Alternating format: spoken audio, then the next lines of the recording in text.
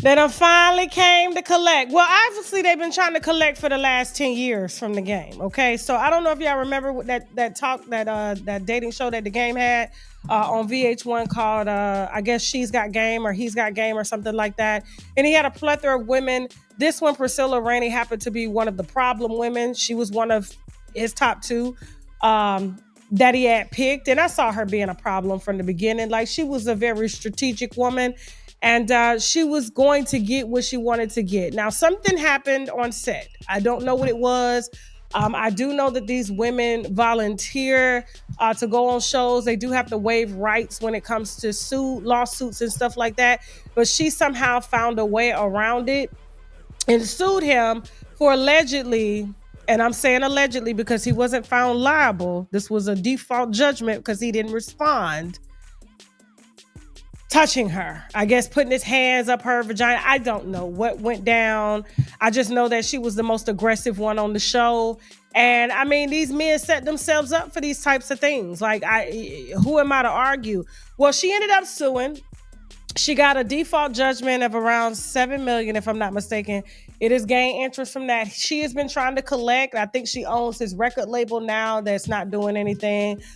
She was able to collect $500,000 through garnishment from his royalties, and so ASCAP and BMI are sending his royalty checks to her, but she still owed $7 million. I guess because those payments only paid for royalties. Now during COVID, when they said his royalties got garnished, they said that he came back out and they was just like, "Is he broke? What's going on?"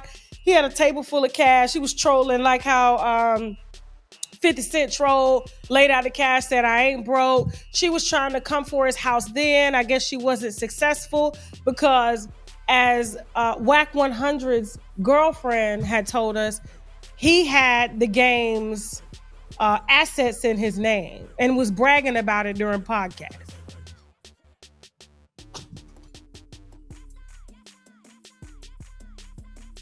Remember when they said I had assets in like Guyana, Cayman Islands? I'm going to jail. Like, y'all was really out here cutting up, showing out,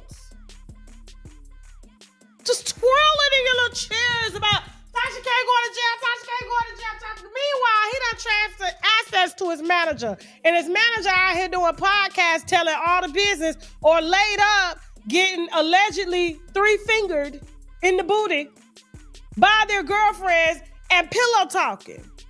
And so Priscilla used that information, took it to court, and a judge just awarded yesterday that he sell his home. Basically, even though it's in Whack 100's name, they transferred the deed back to the game, and he is now ordered to sell his home right after him just having a baby with Evelyn Lozada's daughter. It's a beautiful home, too. We should have put it up here. We should have did a little home tour. I like them little home tours on HGTV. Next time, we'll put it up here so we can look through it and look at the kitchen, look at the floors, look at the baseboards, and stuff like that. I got y'all next time, but we just had a lot going on, and we got a guest that's waiting. It's going to be waiting backstage here soon. But for the most part, she already backstage? Okay, cool. But for the most part, like $7 million, he's forced to sell his home. Now, I know what reports are saying, but game, listen to me. Whack 100, you're a wino. Listen to me. You do not have to sell his home. You do not have to sell your home that's in your name, even though he's paying the mortgage on it. Now he got to move his little baby, his baby mama out of the house. You know what I'm saying? And that's a lot of stuff for Game to be carrying, because he already got a large package down there, and so he got to move that too. You seen them boxes? It was a lot in there. I don't know if it was socks, but all I know, it was a lot. It was a lot going on down there. You feel me? But here's the thing. He does not have to sell his home.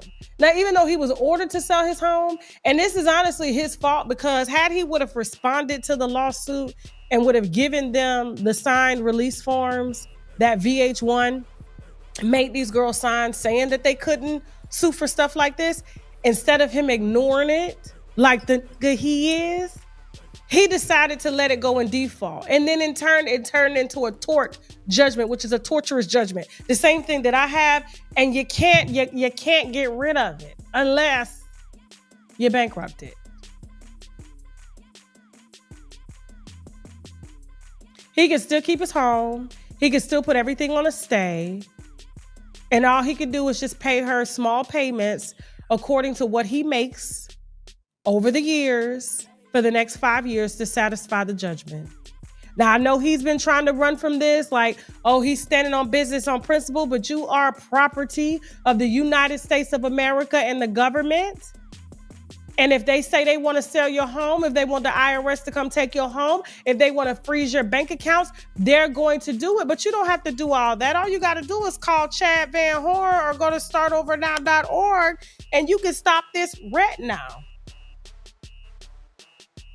Right now. She ain't getting a damn thing. And the court is not about to make you move from your only home. Those are the things you get to keep. Your house, your car. Your income. She gets bottom line income. Now whack. Since you out here running your mouth telling everything else about your mans and got him in this situation, why don't you tell him to run his ass on down to the bankruptcy court and let them do what they got to do? That's a beautiful home. Wish I would be able to get my home up to a hole.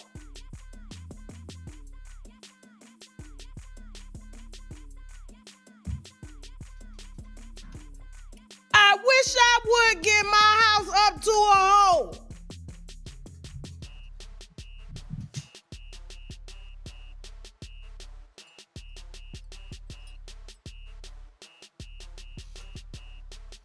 Everybody was talking about, oh, Tasha had to move from her dream home. No, I didn't.